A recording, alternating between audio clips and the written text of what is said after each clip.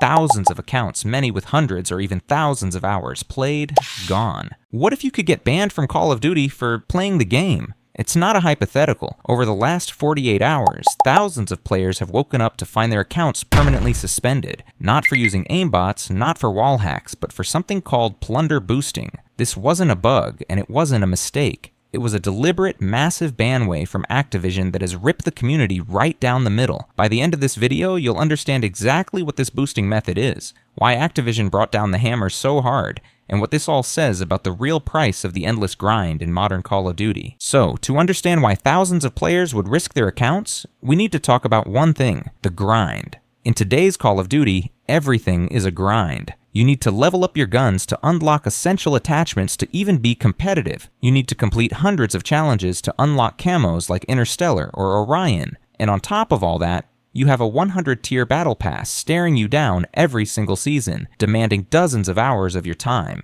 This system creates a huge pressure to play, and to play efficiently. Nobody wants to spend 15 hours leveling up the new meta assault rifle just to be able to use it properly in Warzone. They want to use it now, and this is where Plunder comes in. Plunder has always been seen as the more casual, lower-stress alternative to the main Battle Royale. It's a sandbox where you can drop in, complete contracts, get into fights, and focus on leveling your gear without the constant threat of being sent back to the lobby. It became the unofficial home of the grinder, a safe haven, or so we thought. Alright, so here are the facts. Starting around Friday night, players began reporting en masse that they had been banned. The reason cited by the Ricochet anti-cheat system was illicit software manipulation of game data. But the players being banned weren't hackers, they were plunder boosters. And here's how it worked. A specific contract, reports vary, but most point to the top secret contract had a bug. When completed, it would sometimes immediately respawn right next to the player. A coordinated squad could land in a remote part of the map, find one of these bugged contracts, and then complete it over and over and over again. Each completion awarded a massive amount of weapon XP, player XP, and battle pass XP. We're talking about the ability to max out a weapon from level 1 in a single match. You could finish the entire battle pass in an afternoon. It was, without a doubt, an exploit, a way to bypass the grind entirely. And Activision's response was not a warning. It wasn't a hotfix followed by a blog post. It was a silent, overnight execution. Thousands of accounts, many with hundreds or even thousands of hours played,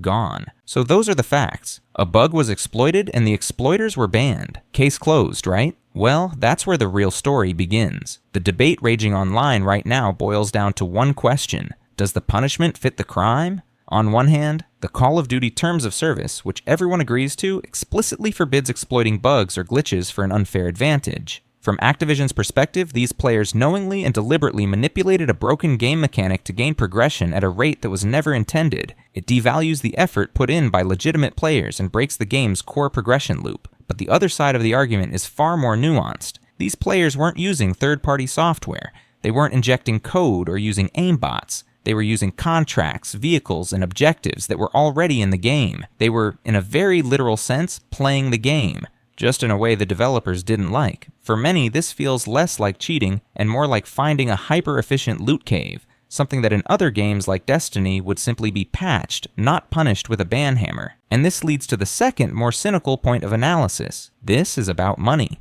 The entire business model of a live service game like Call of Duty is built on the grind. The longer it takes you to level up, the more time you spend in the game, and the more likely you are to buy the battle pass, or tier skips, or a blueprint for a weapon you haven't unlocked yet. This Plunder exploit was a direct threat to that economy. Why would anyone buy a tier skip if they can finish the pass in 3 hours for free? Why buy that cool blueprint for the new LMG if you can max it out and build the exact same thing after one match? Activision didn't just see this as an exploit, they saw it as an attack on their revenue stream, and they reacted accordingly. But the biggest failure here might be one of communication. There was no warning.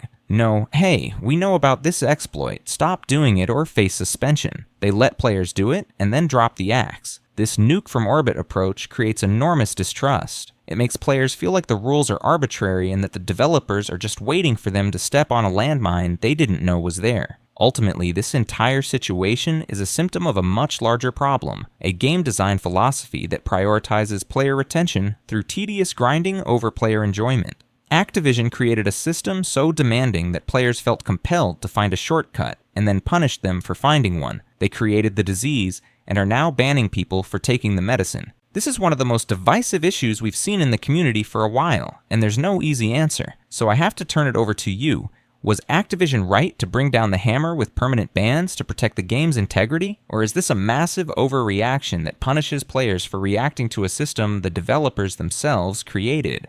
Let me know exactly where you stand on this down in the comments below. Where's the line between a smart strategy and a bannable exploit? And hey, if you appreciate this kind of deep dive analysis that goes beyond the headlines, consider subscribing to the channel. We do this every single week. Thanks for watching.